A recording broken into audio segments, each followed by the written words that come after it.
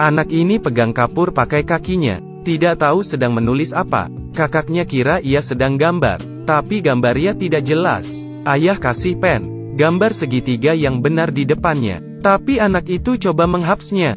Di saat ini ibu sabar, anaknya tidak sedang gambar segitiga, ia menulis huruf A. Anak itu senang.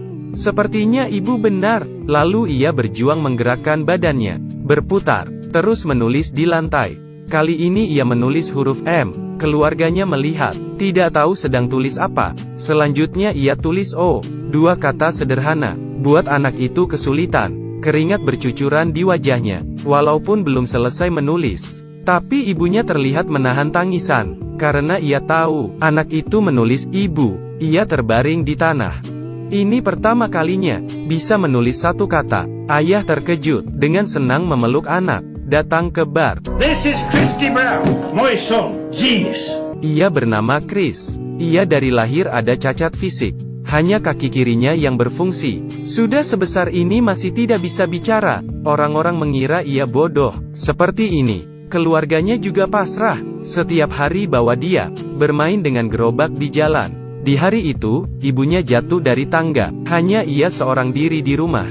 Ia cepat keluar dan bersiap turun tangga. Kaki kanannya terjepit, jadi pakai kaki kiri. Pelan-pelan turun tangga, sampai ke samping ibunya. Ia memendang pintu, dan mendapat bantuan.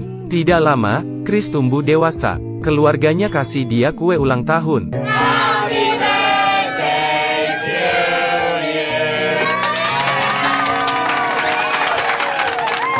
Walau tubuhnya masih cacat, tapi ia perlahan belajar bicara dan pakai kaki kirinya untuk menggambar. Ia melihat bagaimana cara menendang bola. Saat orang tendang, ia berhasil menahan bola. Saat pihak lain terus menendang, ia terus menahan. Melihat usahanya, ia jadi kiper. Lawannya lihat dia berbaring di tanah, meremehkannya. Pikir ia tidak mampu. Tatapan macam apa itu? Saat berkumpul, putar pakai botol anggur. Tunggu botol berhenti berputar. Gadis ini akan mencium siapa? Gadis itu berharap bisa cium pria idamannya, tapi arah botol ke arah Chris. Yang lain menertawakannya. Ia tidak tahan, berdiri jalan ke arah Chris.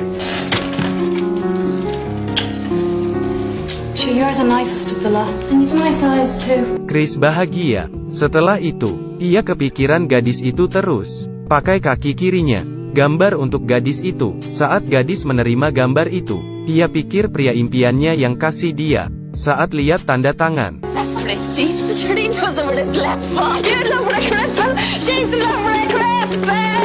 dengan canda tawa sahabatnya, ia pergi cari Chris. Ia tidak bisa menerima gambar itu. Ia menyukai orang lain. Jangan cari dia lagi. Chris sedih, terdiam, bahkan di meja makan, menatap wajah ayahnya.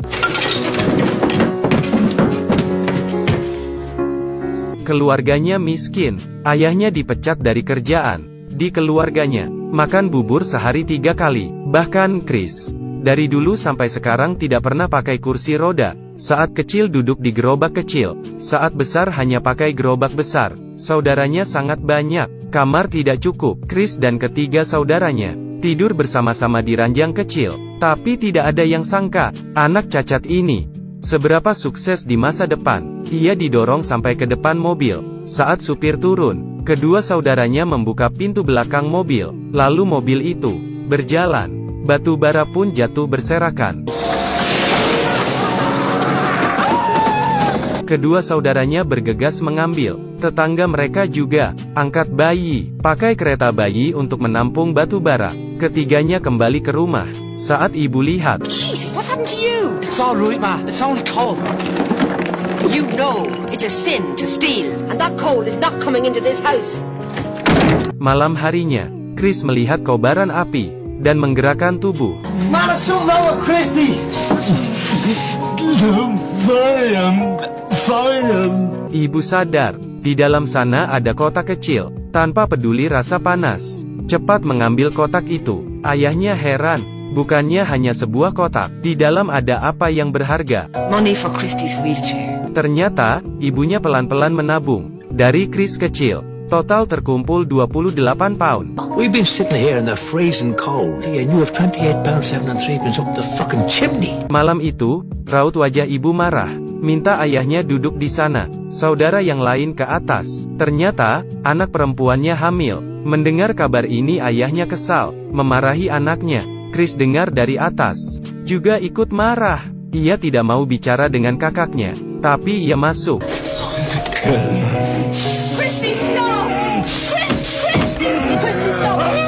Please stop! Christy, stop! Kakaknya berusaha menenangkan Chris. Ia harus pergi.